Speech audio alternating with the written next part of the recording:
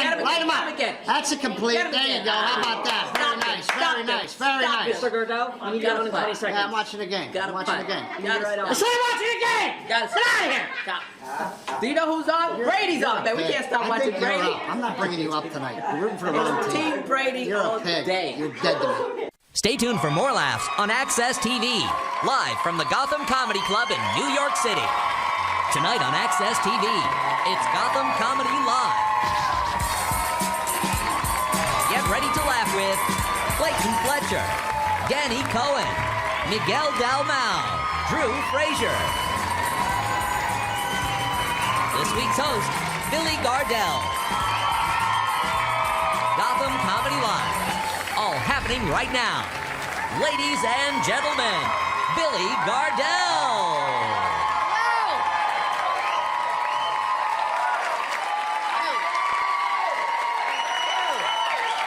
All right. Well, welcome to Gotham Comedy Live. How you feeling tonight? Pretty good? All right, man. We have a great show in store for you. Gotham Comedy Club's the best comedy club in the country. It's one of my favorite spots, man. And when I'm back in New York, I always come here. I love the Mazzilli brothers. I love the way they run this club. And they have brought to you tonight 4 incredibly funny comedians. Let them know you're ready to hear them. All right? Right on. I love coming back to New York, man. New York has a great road map. There's a bar every 4 feet with a church in between them. That's the system up here. I'm fucked up, I'm sorry. I'm fucked up, I'm sorry. I'm fucked up, I'm sorry. Let's get a slice. You can hang out here, man.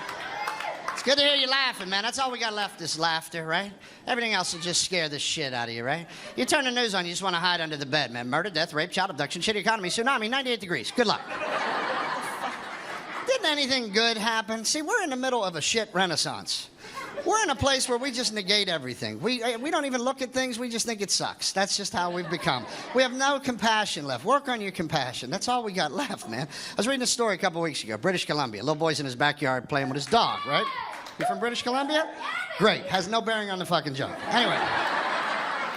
Just it happens to be where it happened. Now dig this. This kid's playing with his dog in the backyard. A cougar jumps over the fence. A cougar. Not an old lady in a tight dress. I mean like a real live... The little boy's dog attacks the cougar. Little boy runs in the house to safety. He's watching his dog getting eaten by this cougar. The cops show up. They kill the dog. They kill the cougar. They rush the dog to the vet. 3 operations later, the little boy's dog lives. See, you don't give a fuck. And I'm the same way, man. We're just jaded. All I kept thinking about was that dog. You think he come home with a little bit of an attitude? Yeah, you're goddamn right I'm sleeping in your bed tonight, Timmy. Oh, I'd love to wiggle my tail and beg for food, but as you can see, I don't have a fucking tail, Timmy. Can you imagine him trying to get that dog to play? Here, boy, fetch, fetch. You can kiss my ass, fetch. I fought a cougar for you. I'm gonna go pee in your bed, you little ungrateful prick. Turn on the heat. I only got 3 goddamn legs left. You want me to run down the street after a ball, you fuck? We live in an insane world now, man. It's so scary. And I'm at the age where I'm a human being now. I'm 46. I am no longer immortal. Because, like, when you're in your 20s, you're a fucking moron. And if you're in your 20s, you're a fucking moron. Someone needs to tell you that. I hope you make it out. Good luck to you. See, everything has changed. 40, that mortality bell starts ringing. You're in your 20s, all you can come up with is, woo! Let's do another shot! Yeah, you're in your 40s, you're like, how much sodium is in that? Is there a lot of sodium? What's the number? I don't have my glasses. I didn't bring with my glasses. I used to buy acid out of a stranger's car, and now I'm afraid of fucking salt. I don't know what happened. I don't know when I turned a corner. You're in your 20s as a young man, you run into your buddies, all you talk about is chicks, cars, and bars. There are no other topics. You're in your 40s and you run into your buddies, you're like, have you ever gotten a rash on the inside of your ass? It's a little bumpy. What the fuck? Is that gonna kill me? Is that gonna kill me? You know you're getting older when you hurt yourself sleeping. Just wake up, what the fuck was I dreaming about? You gotta lie to your friends. I was helping a friend move a fridge. Really? No, I sprained my neck on a pillow. It's all going to shit. I don't know what happened to me. And if you're still fighting in your 40s, turn yourself into the jail or the asylum. You have failed at life. You can't be fighting in your 40s because even if by some miracle you win the fight, it's going to take you 1.5 years to recover. All you got left in your 40s is the old guy flinch. That's it, man. That's all you got. And if a young guy calls you bluff, you're fucked. Hey, I got a bad back. I got a bad... Don't. I just went to the chiropractor for that. Come on, don't do that. All I care about after 40 was comfort, right? That's all you care. You don't care about being... That's the gift of getting older. You don't care about cool anymore. Cool is exhausting. Because you have to wander around acting like you don't give a fuck what anybody thinks while all you think about is what everybody thinks. It's exhausting. After 40, you just care about comfort. I knew I turned a corner a couple weeks ago. I was at the grocery store. I looked down, dark socks and sandals. I no longer give a fuck. How about that? Let's go. Out of the way, Twilight. I got to get some milk. Come on, let's go. I got a coupon. So now I just try to stay alive, and I try to be a good dad. That's my favorite thing. My son's 12, and I want him to have a childhood, and that's a tall order, man, because it's a crazy place now. They don't got the luxury we had. They can't just go out and play, right? Everything has to be scheduled and supervised. You know, we didn't have any play dates when I was a kid. My dad would come home, see 4 of us in the living room, and go, "Get the fuck out of the house!" And you left for 4 hours. No one knew where you were. And no one was looking. You just out there with 3 of your buddies in a book of matches looking for shit to burn. That was it. I'll get your attention, old man, if that's what you're looking for. You can't let your kids just go out and play anymore because there's too many weirdos. And I love when I run into this generation. Some millennials will go, "There's not too many weirdos. It's just the internet. You hear about it more." Bullshit. The internet is the reason there's too many fucking weirdos. It gave them a place to hide. And God forbid we point a weirdo out. We don't want to do that because we might hurt the fucking weirdo's feelings. We're so politically correct. When I was a kid, you knew right where the weirdo was. My dad would stop on the way to baseball practice in front of a house and go, "See that house? Yeah, don't go in there. Why not? Fucking weirdo lives in there." You know right where he was at, you know? So it's hard for my kid to have a childhood, man. I want him to have his imagination. I don't want him to have to download everything. You know what I mean? Like, he gets everything. That's one place where kids are way smarter than I was. Like, my son's 12. He can pick up anything, an iPad, a computer, a controller. Within 3 minutes, he's navigating it. I was not that smart at that age. At 12, me and my buddies were still folding a piece of paper into a diamond going, "Okay, pick a color. B-L-U-E. You flip it up, you go, "What's it say?" "You're a dick. Ha ha, I gotta go to class. I'll see you later." So you gotta let him play some of the video games so he can keep up with his buddies at school, you know. You don't want him to be that weird kid at the lunch table shooting marbles going, "My dad says this is a video game." You know? I'm not trying to do that. I'm just saying there's a middle ground. And there are things that I'm jealous about his childhood. Like, he gets to do a lot more than I did. Like, all he has to do is ask his mother, "Mommy, can we?" "Sure, honey, let's get in the truck and make a memory." My dad's answer was the same for anywhere you ever wanted to go. "They're closed."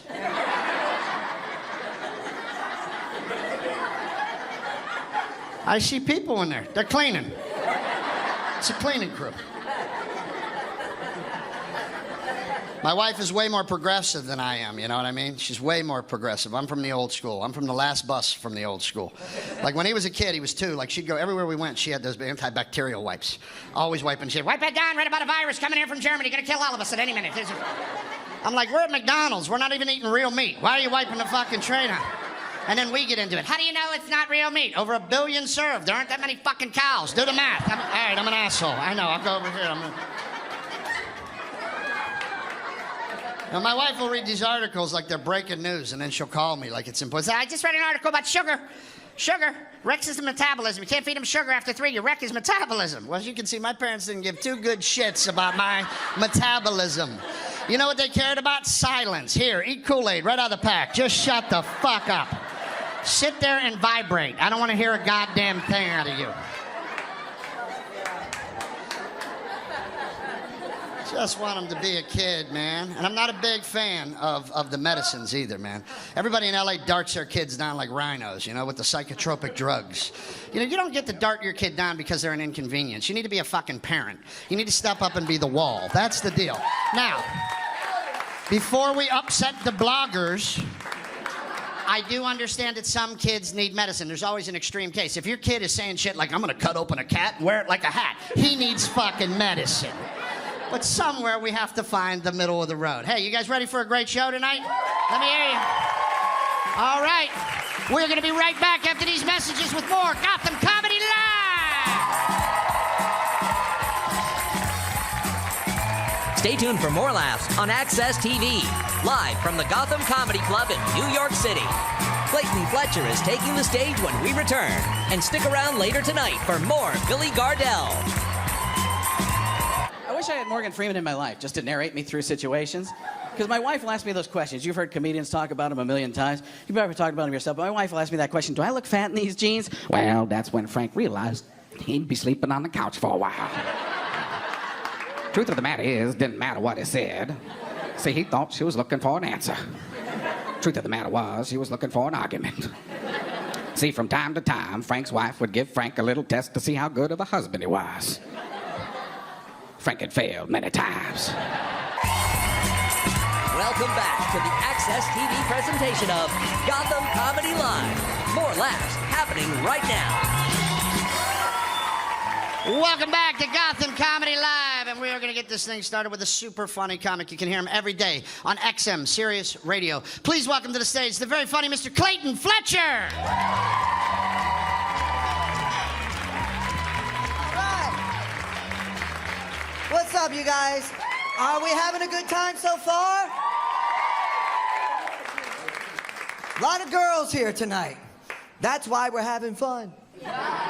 You can't have a party without girls. But girls can have a party without boys. Group of women can have the time of their lives. Girls' night out. Woo! Girls' night out. Woo! They have so much fun. Guys' night out sucks. Guys' night out is horrible. We just look at each other. This sucks. Yeah, there's no girls. Yeah, I noticed. That's a bad party. We got a name for that. We call it a sausage fest. And you know you're at a bad party when it's a bunch of dudes going, this is a sausage fest. Yeah. You don't hear girls saying, this is a taco buffet. This party needs more sausage. What a clam bake. No, they don't say that because girls know how to come together as a group and have a great time. They'll spend half the night complimenting each other. You ever watch women when they first get together? I like your shoes, I like your pants, I like your belt, I like your bag, I like your dress, I like your hair. You're so cute, you're so cute, you're so cute, you're so cute. It never ends. I like your earrings. Oh, you like my earrings? I like how you like my earrings. You like how I like how you like my earrings? And the self-esteem rises and rises. Like, she likes me. We're friends. One girl was like, Lisa, that blouse really shows off your boobs. Like, what? Dude, can you imagine? Those pants really show off your balls. Wait, we don't do that. Oh, hey, buddy, penis looks great tonight. Nice penis, sir. No, that's female behavior, okay? This is how women bond. You give each other compliments, and then everybody feels like part of the group, and it's awesome.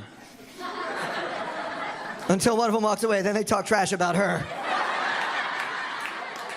Do you see what that whore was wearing? Oh my God, what a slut. Oh, she's coming back. Hi, Lisa. You're so cute. You know it's true. And if you don't think it's true, you're the one they're talking about. Put some clothes on. Don't get me wrong, everybody loves compliments, you know? Like one time after the show, a girl was like, Clayton, you were funny. You want my number? I don't have a joke for that, I just wanted to tell everybody. I thought that was awesome. And I'm still looking for the right girl to cheat on my girlfriend with. That's not right, I shouldn't say that. I should say with whom to cheat on my girlfriend. That joke is grammatically correct. My wife hates that joke. Let's see, I recently went to Sweden. The best thing about visiting Sweden is when you come home, your friends ask how Switzerland was. I'm like, I don't know, I've never been there. We don't know about Sweden, do we? Like, I didn't know they speak perfect English over there. I thought they won't understand my jokes. I was like, hello, my name is Clayton. They were like, that's nice to let a retarded guy perform here. They came up to me, you were really good. Good job. I was like, wow, these people are condescending. You guys are a great crowd. We appreciate you coming out tonight because we tried it once without you. And that was hard. Any moms here tonight? Make some noise, Mom. Mom, respect. My mother is a professional poker player. Can you imagine what that was like growing up? Ever try to lie to a poker player? It's hard. I was 15. She said, Clayton, did you drink my wine? I was like, no. She's like, I call. I was like, yeah, I drank the wine. She's like, stop bluffing me. And my dad was a jazz musician. This is my life. I had a jazz bass player for a dad and a poker player for a mom. I had the only two parents at the school meeting wearing sunglasses. I was like, that's how you dress for this? At least take off the hoodie, you know? Never knew what my father was talking about because I don't speak Jazzanese. You ever speak to a jazz musician? It's confusing. You're like, hey, Dad, how are you? He's like, nothing shaking but the bacon. Is that good or bad? He's like, it's cool, Daddy. I'm like, no, Daddy, you're Daddy. Don't call me Daddy. I'm your son, Daddy. You know? He taught me how to play the bass. He was like, chicks dig the bass. Lay it down, and they will come around. And boy, was he wrong about that. You can't pick up girls with a bass. There's always a guy on the stairs with a real guitar. He's like, oh, my love, my darling. He's got like 12 girls. I'm in the corner, bow, bow, bow.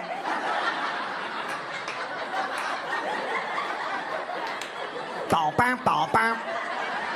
Bow, bow, bow, bow, bow. I got nothing. Chicks don't dig the theme from Seinfeld. That's a lesson I learned the hard way. Doesn't bring milkshake to the yard, you know. My dad was confused. We found out Aunt Carol had to get hip replacement surgery. Dad's like, you can't replace hip. What would you replace it with, the funk? It's the funk in the hip that makes the groove, Daddy. I'm like, what the hell are you talking about? I went to Dallas, Texas recently. All right. There's a store in Dallas, Texas called Condoms to Go. Do they need that? Like somebody walked in, hi, these are for here. Hurry up, it's urgent, we can't wait. Condoms to Go. It makes you think, like maybe it used to be the condom store, but then they had to change the name after the incident. Right? Like something happened, they're like, you know what? We should be more specific. This store is takeout only. Clean up in aisle 6. In Dallas, Texas, I got to do a show with Chris Rock, you guys. Yeah. Amazing. I learned so much. One thing I learned is that 500 black people don't think I'm funny. That's good information to have. Why do you think I keep going back to Sweden? You guys are amazing. Thank you so much for coming. God bless America, all right? Stay tuned for more laughs on Access TV, live from the Gotham Comedy Club in New York City. Danny Cohen is taking the stage when we return.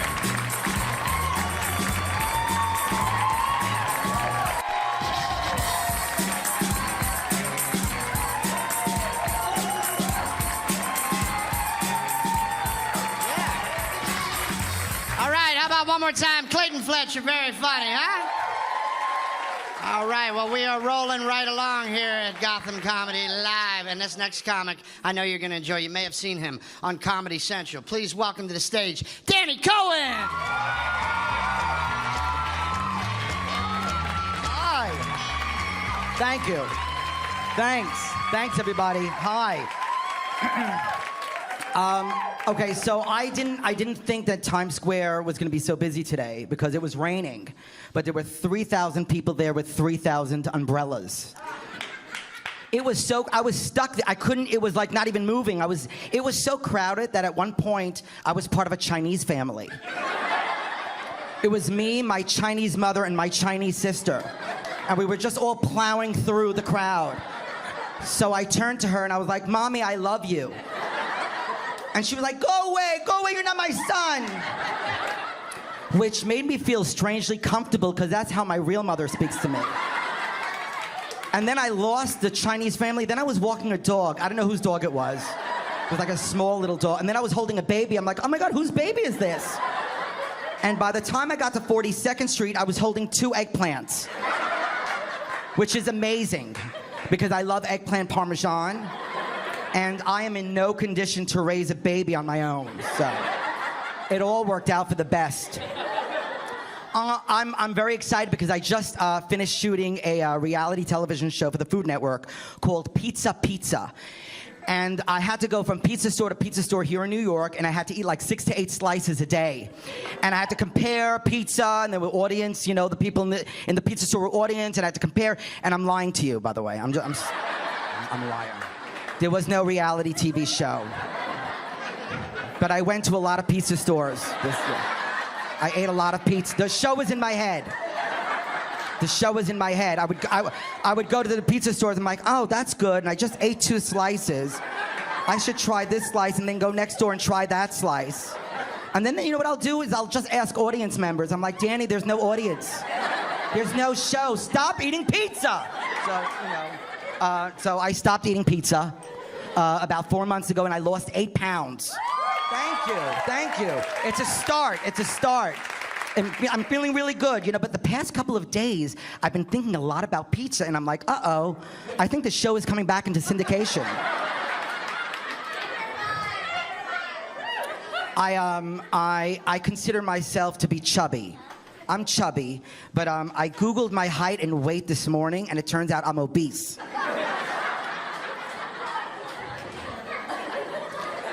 The great news is, it said that if I lose 17 more pounds, I'm gonna be fat. So, I'm really looking forward to getting fat. So, I'm really excited about that. I joined the gym, but I'm not gonna go back to the gym. I'm not. I don't know. Did you know that there's a section in the gym where guys take lifting weights very seriously? I'm never gonna go back to that section ever again. Because I was looking through, and there was one big guy. He must have been 6'5", 300 pounds. He called me over. He's like, you want to do me a favor? You want to spot me? He was lifting like 600 pounds. And I was afraid to say no to him, so I was like, all right, sure, I'll spot you, but someone's going to need to spot me spotting you. Like, I'll just stand in the middle. So when you're ready, you just check with me, and then I'll check with him. And then he'll let me know, and then I'll let you know. I'll be like wholesale. Thank you. Because honest, come on. That's very sweet, thank you. Thank you. Because I don't know what I would possibly do if this guy dropped 600 pounds and I was spotting him. Like, what would I do, scream? I know, I would scream and then I would run for help. I'd be like, hi, hello, excuse me? Hi, I'm so sorry to hello? Hi, I'm sorry to bother you. I'm spotting someone downstairs. No, I'm spotting him right now. No, he dropped it. No, I left him there, and no, I don't know. I think he's dead now.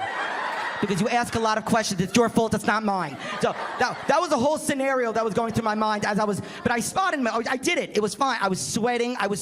Like my sweat was dripping on him. Like while he was, he was like, are you peeing on me? I'm like, no, what are you talking about? I'm not peeing on you. What are you talking about? I was so nervous, but I did it. And I went home.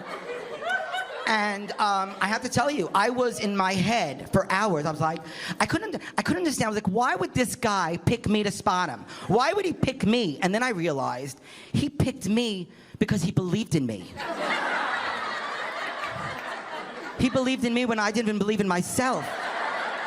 And that's friendship. And that's a good reason to go to the gym, to make new friends. He almost died for me. And that's what real friends do for each other. They die for each other.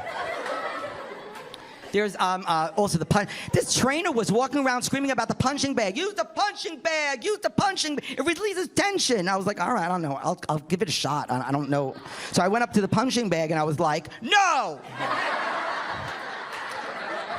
Because I'm not really much of a puncher.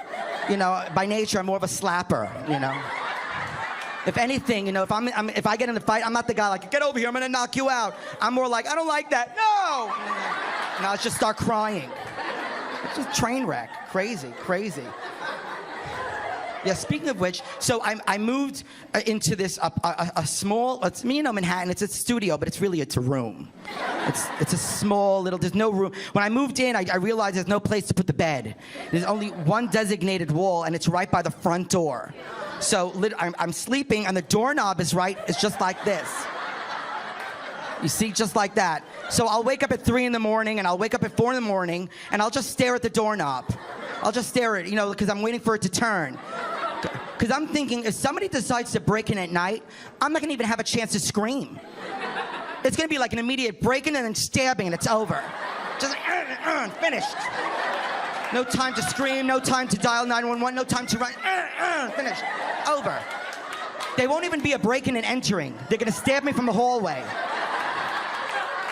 It's gonna be like a break-in and stabbing. That's it.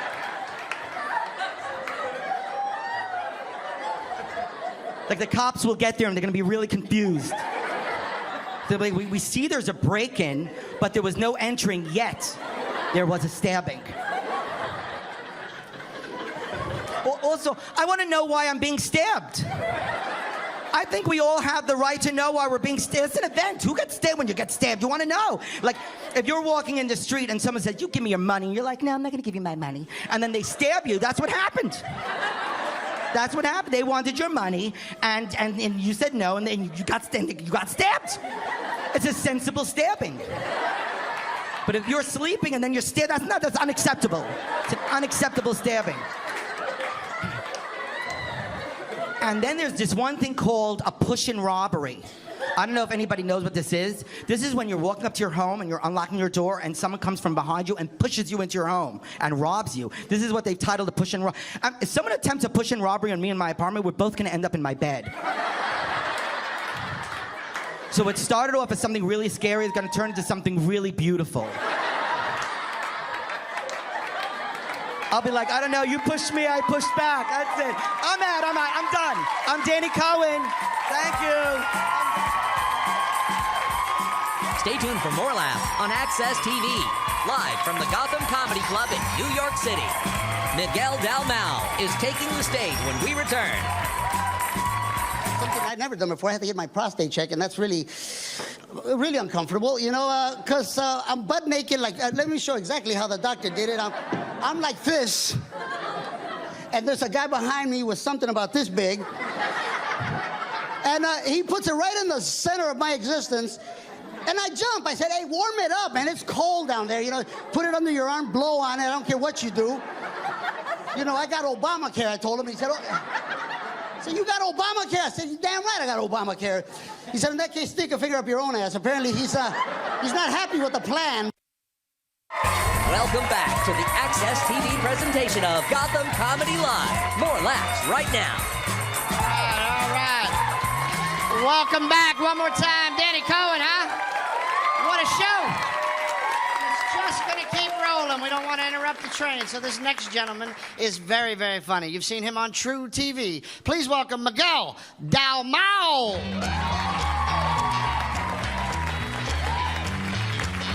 Hey, guys.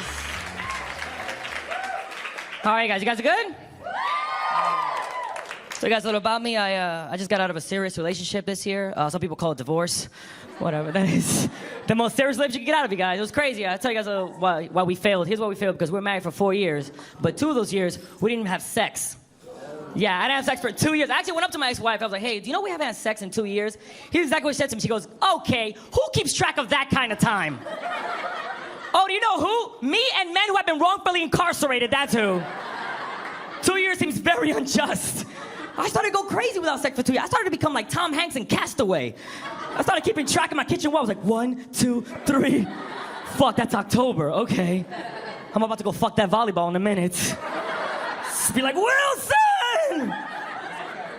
2 years, man. That's the thing about dudes, though. We don't do well without sex for a long time. Women can kind of go without sex for a long time. Like, one of my female friends hasn't had sex in 5 years. And she was openly talking about it. She said, I haven't had sex in 5 years. And the other girls were like, what? Girl, we need to get you dick tonight. Don't worry about it. Oh, so funny. So funny. Not a dude. Not a dude. If a dude is openly talking about not having sex for 5 years, he's usually holding a gun and there are hostages. We snap without sex for 5 years. That's why ladies don't get it. Ladies don't get that men just need a little bit of sex to calm down. That's why I think, please, as a PSA, for the rest of us, every woman in here tomorrow should go into work and fuck the creepy dude at work. Please. Please. For the rest of us. And when somebody comes up to you, be like, oh, you fucked Ted, you're a whore. You can be like, nah, shorty, I'm a hero. All right? I took one in the face, so you won't take one in the face. You're welcome. My pussy saves lives, and you drop a mic and leave. 2 years, man. 2 years. Divorce, I'm a product of divorce. My parents got divorced because my dad drank too much. But in the 20 years of my parents being divorced, don't worry, my dad sobered up. And my dad is a great dad to his new kids. And I'm so proud of him. Finally figured it out, you know? And it's weird. It's weird to see my dad being a good dad, because I do have my brother or sister on Facebook. So it's weird seeing them post pictures like, look, dad got me these new sneakers. I'm like, oh, dad got me these emotional scars. How do you post a picture of an emotional scar? Here's what I did. I posted a picture of myself holding a baseball glove. And on the floor, there was another baseball glove, and it said, wish you were here. And then I tagged them in it for solidarity, just to make sure. My mom was the best of the two parents, though, because my mom was great. Like, after my dad left, it was kind of hard, but after my dad left, for 12 years, my mother became a drug dealer in Chicago. Yeah, that's true. And it's weird when your mom's a drug dealer, because when kids try to punk me, I wouldn't know how to punk them back. Like, whenever a kid was like, I bet you my dad can beat up your dad. I was like, oh, I don't really know who my dad is, but I'm pretty sure my mom can make a whole family disappear. Don't fuck with me. It's weird, man. My mom gave me a weird perception of what a woman was, you know, growing up with a woman that strong. I remember one time, she was like, hey, pass my purse, but don't look inside. I have lady things in there. And then when I looked inside, it was a tampon and a gun. Yeah, to a point my whole life, I thought lady things was always a gun. So when I'd be on a date with a girl, she'd be like, can you pass my purse? I need to go take care of business. I'm like, who are you gonna kill this Olive Garden? What's happening right now? I thought you were a nice person. Divorce. The only good thing came out of my divorce was I have a baby. I have a great, beautiful baby boy. And it's, thank you guys, thank you. Yeah. Although what's weird about having babies, like, look, I'm Spanish, so the only thing I can make is Spanish babies. Like, that's the only thing I can make. I told some of my friends that. My friends like, do you know if your son came out with, like, blue eyes and blonde hair, that means your girl cheated on you, right? I was like, please, if my son came out with blue eyes and blonde hair, I'd be like, fuck yeah! I made a white baby! Oh, now you really can't be whatever you want to be, baby. You're welcome. Because that's the thing that sucks about race, man. What sucks about race is you're born one race and you stay that race your entire life. That's why we don't understand each other, because we're one race our entire life. But how great would it be if we can change race every couple of years? White people don't like that thought, but the rest of us are like, that's a good thought. We should do that. Switch it up a little bit. Wheel of Fortune this bitch. But, you know, because like it'd be great that way we understand each other. Because you know how you go from infant to toddler to preteen? That's how race should work. And that when we hear parents talk about their kids, it's a different conversation. When you hear parents go like, ugh, my son's so annoying. All he does is complain all day. Other parents can be like, yeah, but every kid goes through Jewish. He's just Jewish right now. Don't worry about him. Don't worry about him. In a couple years, he become black. Black is funny. He's hip-hopping around the house. He's breakdancing. Fun during the day. Scary at night. So lock your doors. You'll be all right. Some people think that's offensive. That's not offensive, man. Minorities are scary at night. We are. We are. Here's how scary minorities are at night. One time I was walking on the street, right? And I see a Spanish dude walking towards me. So I got scared, okay? So I crossed the street. And he crossed the street. And then I crossed back, and then he crossed back. And then when I realized that we were both just scared of each other, I was like, oh, wow. Oh, we both bitches. That's dope. That is dope. Yeah. Single for a while, you know, but now in my life I have a beautiful girlfriend. I don't mean to brag, but for the first time in my life, my girlfriend is white. Because, you know, keep your enemies close. And, yeah, that's what I do. That's what I do. My girlfriend is white. And as a minority, it's a little scary. It's a little jarring dating a girl who's white, because I'll tell you guys right now, as a minority, I don't feel comfortable at how comfortable she is yelling at the police. Like, I don't like that shit at all. Like, too many times, if we walking down the street and she'll see a cop doing something wrong, she'll be like, oh, I'm gonna go tell him a thing or two. And I'm like, oh, you gonna do that by yourself? Because I'm gonna hide behind those bushes while you go voice your concerns. Have fun. Here's the worst thing she ever did to me. One time, I'm driving, she's on the passenger side, and all of a sudden a cop just cut me off in traffic. And she went, oh, really? And she leaned over and honked the horn. Like the long one, the fuck you to a cop. And I've never been so scared in my life. And I was like, why? Why would you do that to me? And she got mad at me. She's like, why would I do that? Because I hate when cops break the law and don't use their blinkers. I'm like, oh, really? Because I hate when cops break the law and choke me. Do you understand how different our worlds are? Thank you, it's true. I know. Thank you. Look, but I hate to be the kind of comic who comes up here and be like, oh, white people be like this and black people be like that. But I saw something the other day that shocked me. Because I saw something that I know for a fact only white people can say. I know there was a white sentence, but I found one. Here's exactly what I saw. I saw a white girl getting arrested. And the entire time she was getting arrested, she just kept yelling out, do you know who my father is? Do you know who my father is? And that's a real white threat right there. Because we're all standing around going like, who is her father? Like, yo, yell that shit out. We want to Google him. Because ain't no black dude gonna yell that out. Ain't no black dude gonna get arrested and start going like, hey, do you know who my father is? Because I'm like, he's asking, do you know who my father is? Oh, I'm gonna go meet him? Dope. You guys have been a lot of fun, man. Thank you guys so much for coming.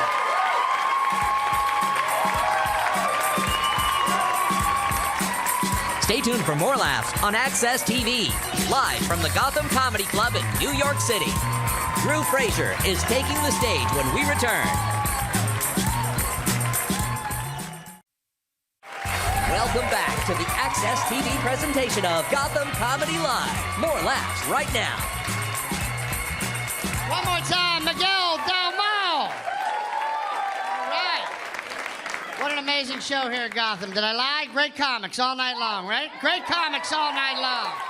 All right, well, this next gentleman wanted his intro read like this. You've seen him on TV, and he's here now on Gotham Comedy Live for the second time. Please welcome the super funny Drew Frazier.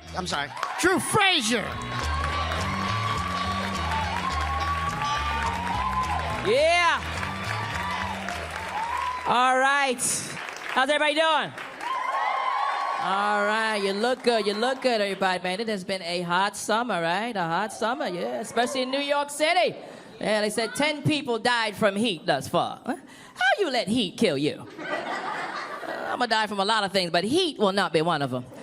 I'll be butt naked inside a supermarket before I die from heat.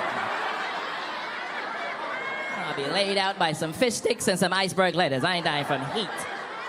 I'll have everybody in the supermarket complaining. Listen, there's a naked man over there by the Haagen-Dazs.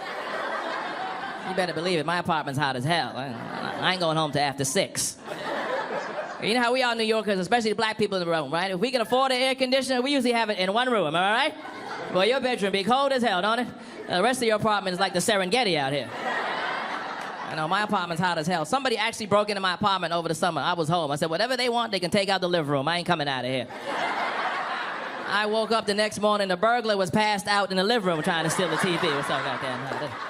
That'll teach him to break in wearing a ski mask. Oh, that heat tore his behind up. Ladies, it was so hot this summer, you only had sex with people who had air conditioning, am I right? Ooh, I'm gonna spend the weekend with Charles. He has central air. Now, Tyrone got a big penis, but he live in the attic. It is too hot up there. I will see him in October.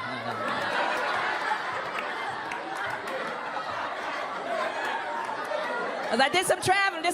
I just came back from the Disney cruise. Anybody been on a Disney cruise? Yeah. Well, if you haven't gone, folks, don't go. Forget about it, all right? By the time I finished paying for that thing, my Social Security benefits would have kicked in, all right?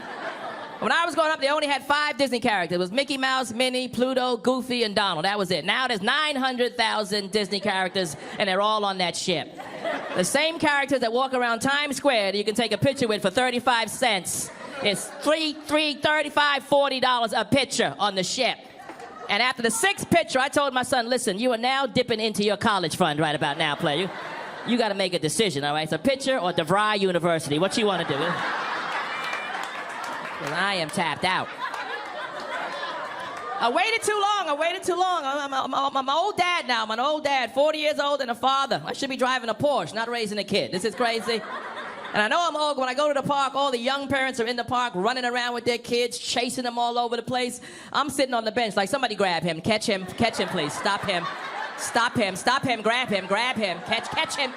catch him. Now I know why people have 2 or 3 kids. In case you lose one, you still got 2 more to raise. That's all right there. Because I like to travel. One thing I know about traveling, fellas, women actually travel for different reasons other than men. Women travel to get away from other men.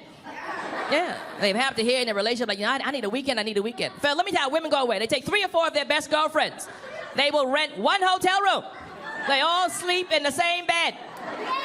Do each other's hair, each other's nails. They read books, they sunbathe, they shop, they party, have a wonderful time. Don't include any men. Come back home and tell everybody how wonderful the trip was. We had a great time. Pictures are on Facebook. It was just the girls. Men, not us. We go away primarily to get laid. Matter of fact, we go away and don't get laid. The whole trip be a waste of goddamn time, huh? When you come back home, your buddies be like, yo, how was your trip? The hell with that place. I ain't never going back there again. No. Nobody slept with me. I could have stayed home and pleasured myself for free. This is ridiculous. The hell with Cancun. Never going back there again. But let's face it, fellas, women have a wonderful time being females. Why? They get to do things men cannot do. They get to sleep in the same bed with each other. And nobody will question that behavior. Oh, sir, you look like a big heterosexual man. You can't go over your buddy's house and climb in bed with him, can you? Hell no. Well, he started whipping your behind as soon as you take your shirt off. I don't care how sick he is. You better comfort him over the phone. Fellas, women get to take a shower, come out butt naked, and hold a conversation with each other. Ooh, girl, your shower head was beautiful. What panties go with this outfit? Should I shave some more right here? What do you think about that? Ah! Men, not us. We can't come out in our own house butt naked and have a conversation with each other. Hey, man, what time are you ready to go drinking? Man, put your penis away, man. What the hell is wrong with you? We don't want to see your nuts in the living room. Are you crazy? 2 heterosexual men cannot sleep in the same bed with each other. And if we ever are in the same bed with each other, you better believe we are laying in that bed fully dressed, ain't we? We in the bed, we got a coat, hat, scarf, gloves, Timberland boots on, and we are laying back to back. Ain't nobody face to face in that bed. And you get in the bed, you gotta go right to sleep. You can't have a conversation with your buddy in the bed, hell no. And while you're laying in the bed, you got about 8 sheets and comforter wrapped around you like a homosexual force field, just in case your buddy try to have sex with you while he's asleep. He gotta dig you out of 8 layers of Bed Bath & Beyond before he get to that booty hole.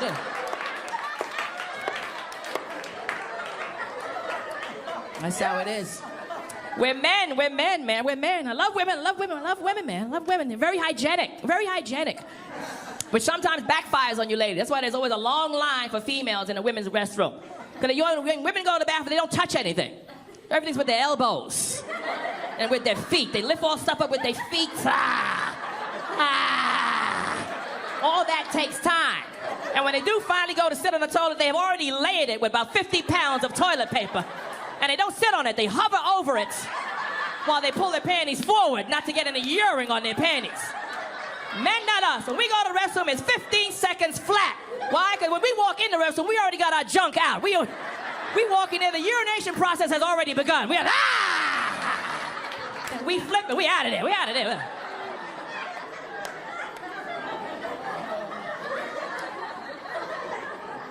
It's been a crazy year. 2014, couple of years back was crazy. Kanye West, Kim Kardashian got married a couple of years back. Yeah, she got pregnant first. Everybody was worried. Nobody knew what the baby was gonna look like. You know, it was gonna look like Kanye, Ray J, or OJ. Nobody had no idea. The Kardashians, they get around, but ooh, they love them some black men, don't they? Woo!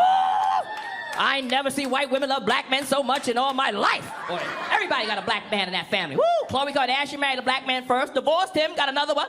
Then Kim Kardashian married a black man. The baby sister, Kylie Jenner, got a black boyfriend. The mother got a black boyfriend. And Bruce Jenner changed himself into a woman so he can get a black boyfriend. Everybody got a black boyfriend.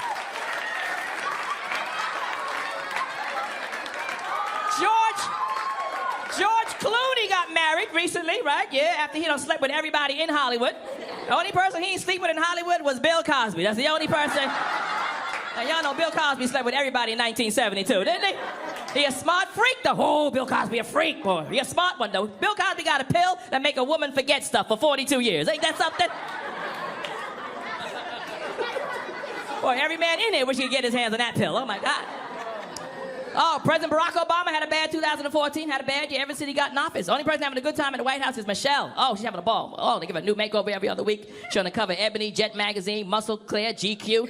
She's aging like Benjamin Button. Anybody seen Barack lately? Ah! Boy, he look like Morgan Freeman right about now, don't he? Folks, you guys have been a wonderful audience. Thank you so very, very, very much. I appreciate it. Thank you.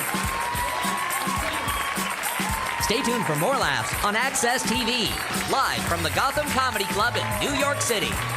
Billy Gardell is taking the stage when we return.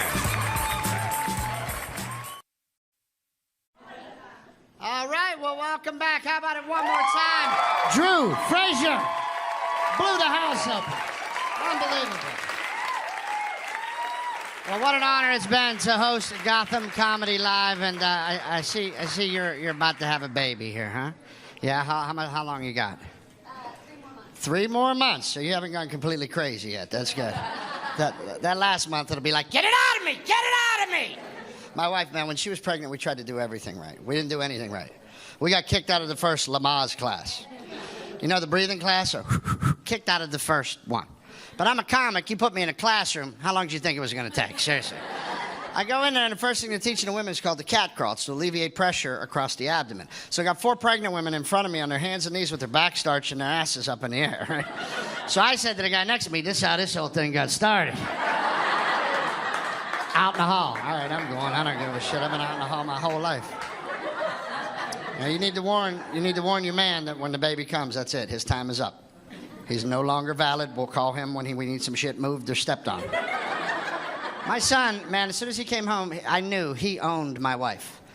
Owned her. To this day, he owns her, and he knew it from day one. Day one, we brought him home. He started fucking with me as soon as he got in the house. When he used to breastfeed, he'd look right at me. Just...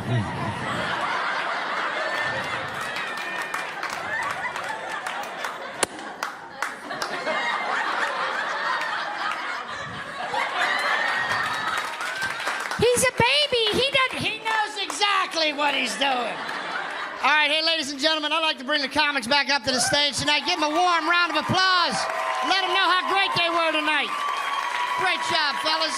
Clayton Fletcher, Danny Cohen, Miguel Dalmau, and Drew Frazier. What a night. Thank you, Gotham Comedy.